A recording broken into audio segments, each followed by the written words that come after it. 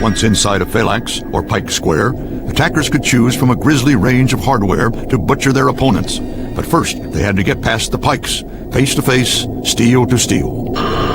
They still didn't have a way of blasting in from a safe distance. One answer to this problem was an unwieldy, handheld gun, the arquebus. Foot soldiers turned to the gun as their weapon of choice. Its transformation from ugly launching tube to finely crafted weapon speaks of the pride with which infantry and cavalry regarded their new weapons. All that was needed was a quick and safe way to fire it. Two rival mechanisms offered a solution, the matchlock and the wheel lock. The matchlock used a fuse to ignite gunpowder in the flash pan. In dry conditions, it worked.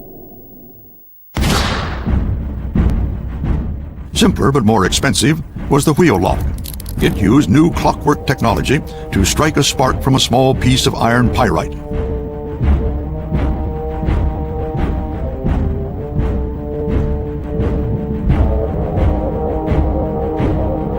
More dependable than the matchlock, here was a gun that could be used by cavalry, the first carbine. Simpler still was the flintlock, which struck the vital spark from flint and steel. Simplicity won, and for the next 200 years, pistols and rifles would be fired this way. The gun was coming of age. The gun, like the longbow, could pierce armor, but for accuracy, range, and rate of fire, it was still inferior. The gun had one big advantage over the longbow.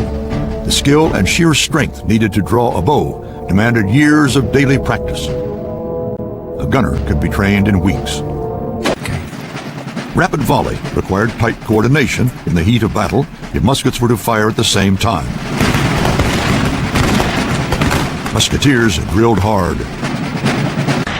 In 1631, at the Battle of Breitenfeld, the Swedish king Gustavus Adolphus showed the full potential of volley fire. He had drilled his men until they had the fastest reload times ever. In this battle against an army of the Holy Roman Empire, 7,000 lay dead, felled by rapid volley fire, most killed in the first 2 hours.